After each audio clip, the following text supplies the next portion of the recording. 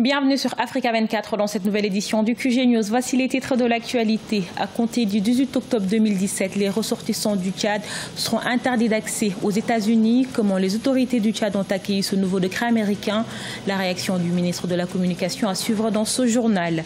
Au Rwanda, le gouvernement a fait de la lutte contre les fraudes fiscales une de ses priorités. Cette pratique illégale est passible de 5 années de prison. Et puis le Bénin abrite depuis ce 25 septembre le tournoi international zone 2 et 3 de handball. Le pays entame sa compétition par une victoire devant le Niger.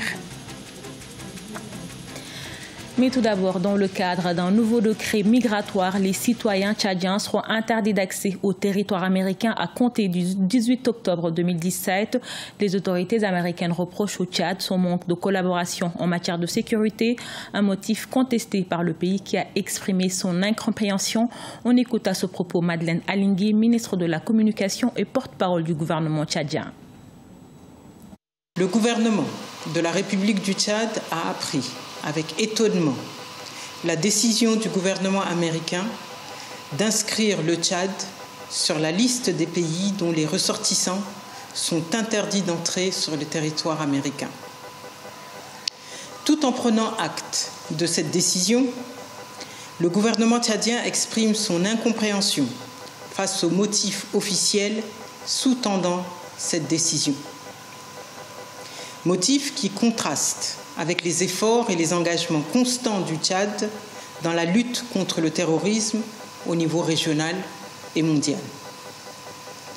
Aussi, le gouvernement tchadien en appelle-t-il à une meilleure appréciation de la situation et invite le président Donald Trump à reconsidérer cette décision qui porte gravement atteinte à l'image du Tchad et aux bonnes relations entretenues entre les deux pays, notamment dans la lutte contre le terrorisme.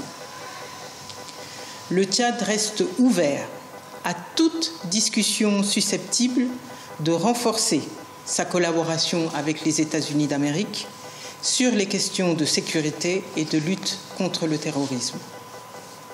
Toutefois, le gouvernement ne souhaiterait pas être amené à user du principe de réciprocité dont l'application serait préjudiciable aux intérêts des deux pays. C'est une journée historique pour l'Angola. João Lourenço, le nouveau président, a prêté serment ce mardi 26 septembre après 38 ans de règne de son prédécesseur José Eduardo dos Santos, qui garde toutefois les rênes du MPLA, le parti au pouvoir Patricia Solange Dubois. C'est désormais officiel à partir de ce mardi 26 septembre. João Lourenço est le nouveau président de l'Angola. Une grande victoire pour son parti, le Mouvement populaire pour la libération de l'Angola. À 63 ans, l'ancien ministre de la Défense succède donc à une gouvernance de 38 ans de José Eduardo dos Santos. Un changement dans la continuité pour les Angolais. Un président de la République élu amène tout de nouveau dans la logique des choses. Il ne peut pas rester en arrière en disant « l'ancien président était là, je dois faire la façon comme l'ancien président ». Il faut qu'il amène sa marque de fabrique à lui. Jean-Manuel Gonçalves Loange amènera sa pierre à l'édifice à sa façon, à sa manière. Il mettra son empreinte personnelle. Et c'est cela qui devait être vu, et non dos Santos qui reste dans les coulisses. Plusieurs défis attendent João Lourenço. Au premier rang figure la diversification économique. En effet, le président élu hérite d'un pays en récession économique, notamment à cause de la chute des cours de pétrole, qui fournit à l'Angola 70% de ses recettes fiscales et dont l'inflation ne cesse de croître. Arrêtons de voir que le pétrole se tarira un jour ou l'autre. Et nous avons des ressources énormes, des potentialités énormes au niveau de l'Angola. C'est à nous de prendre tout cela, mettre sur la table et trier les priorités des priorités pour les Angolais. Ça, c'est des avantages qu'on peut avoir.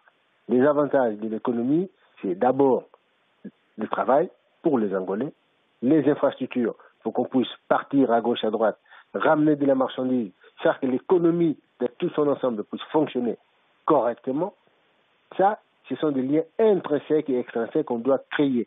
Et c'est le moment de le faire. Nous n'avons pas le choix.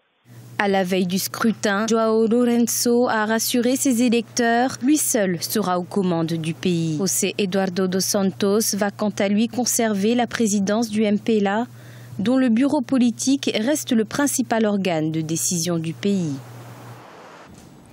Au Rwanda, la fraude fiscale est passible de 5 années d'emprisonnement. Malgré cette mesure dissuasive, le phénomène perdure.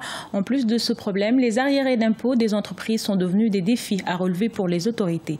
Précision dans ce reportage de notre correspondant Oliva Diakoton. Au Rwanda, la lutte contre les fraudes fiscales et les arriérés d'impôts s'accentue ces derniers temps. Les autorités ont récemment récupéré 1,4 million de dollars provenant de la sous-évaluation ou la dissimulation de marchandises. Ce 25 septembre 2017, les mêmes autorités ont obtenu 8 millions de dollars de la vente aux enchères d'un édifice commercial figurant sur la liste des 250 entreprises locales et étrangères cumulant 73 millions de dollars d'impôts impayés. Je pense que ces différentes méthodes de recouvrement sont une bonne chose pour le gouvernement, qui a beaucoup de projets, surtout de construction d'infrastructures à réaliser. Dans un pays où s'acquitter des impôts n'est pas encore totalement ancré dans les mœurs, ces fonds récupérés feront du bien au gouvernement.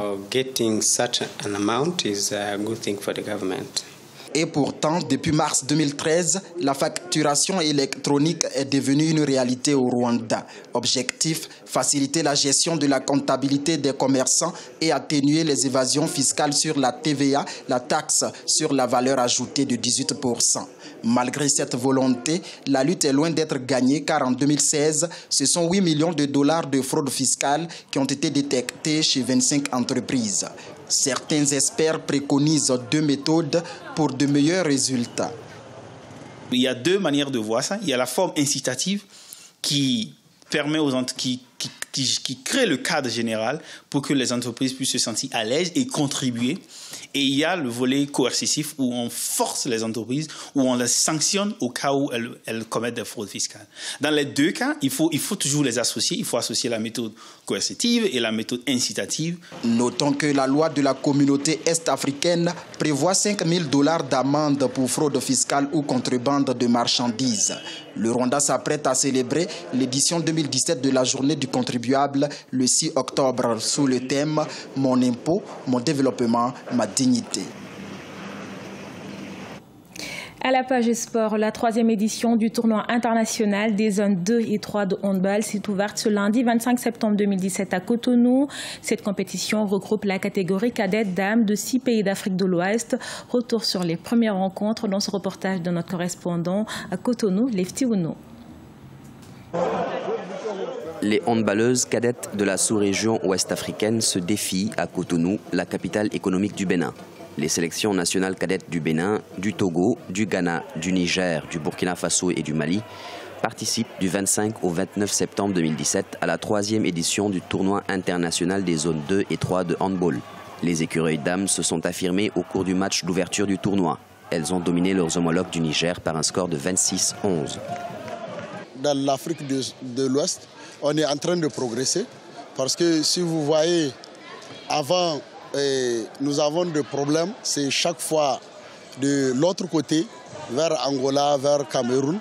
Mais maintenant, dans les 3 ou 4 ans qui ont passé, notre handball est en train de progresser. Si on prend l'exemple de l'équipe féminine du Bénin et celle comment on appelle ça, Nigeria. Donc moi je pense que c'est déjà bien et on va continuer, Inch'Allah, on va continuer à travailler. Le Burkina Faso et le Ghana se sont largement imposés face à leurs challengers pour le compte de cette première journée. Les Burkinabés ont mené les Togolaises 44-10 et le Ghana a dominé le Mali 37-16. Les objectifs de cette compétition, c'est de prouver d'abord à la Confédération africaine de handball que nos infrastructures ont été mises maintenant dans les normes et que nous pouvons abriter des compétitions. Parce que ça fait plusieurs années que le Bénin n'a pu abriter des compétitions, faute de salles. Autre chose, c'est de préparer la relève. Au total, 139 buts ont été marqués au cours de la première journée de cette compétition des cadettes handballeuses. 3 confrontations meubleront la deuxième journée. Elle mettra aux prises le Togo au Niger, le Burkina Faso sera face au Ghana et le Bénin tentera de défier le Mali. Cette compétition permet aux handballeuses cadettes de l'Afrique de l'Ouest de se révéler davantage. Ce journal a été réalisé par l'ensemble de la rédaction. Nous vous remercions pour votre fidélité. Dans un instant, une nouvelle édition de l'actualité sur Africa 24.